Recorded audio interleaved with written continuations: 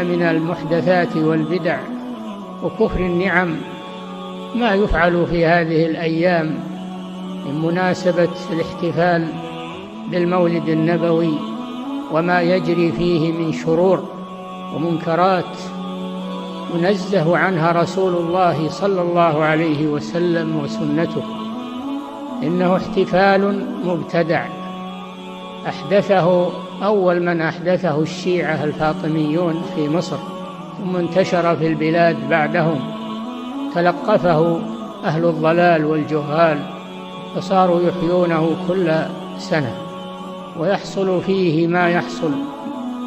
أولا أنه بدعة، وكل بدعة ضلالة، فإنه ما عهد أن الرسول صلى الله عليه وسلم ولا أصحابه ولا التابعون لهم طيلة القرون المفضلة 400 سنة ما عرف هذا المولد، إنما عرف بعد 104 أحدثه الفاطميون الشيعة لما استولوا على مصر، وتلقفه من تلقفه من جهال وضلال هذه الأمة.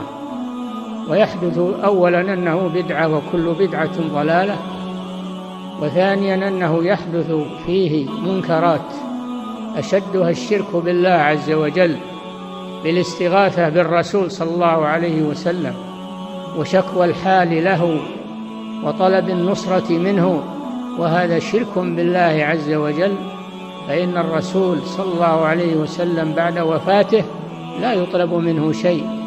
وإن قال هؤلاء الذين يحدثون هذه البدعة ويكررونها إن فيها إحياء لذكرى الرسول صلى الله عليه وسلم، فيقال لهم: هل أنتم لا تذكرون الرسول إلا في هذه الأيام؟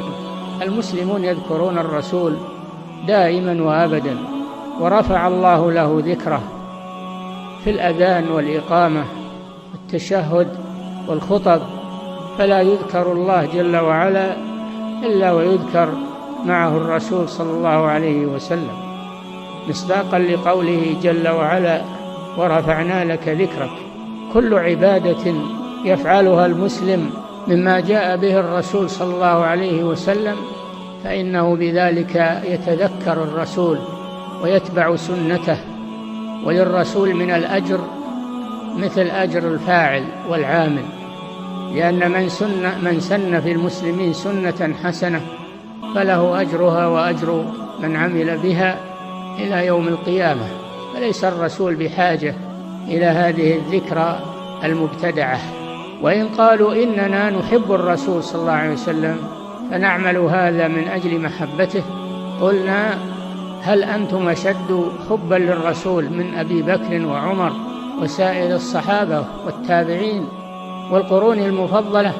ما عملوا هذا المولد. هل هذا لأنهم لا يحبونه؟ حاشا وكلا، لكن لأنه بدعة، وهم أبعد الناس عن البدعة.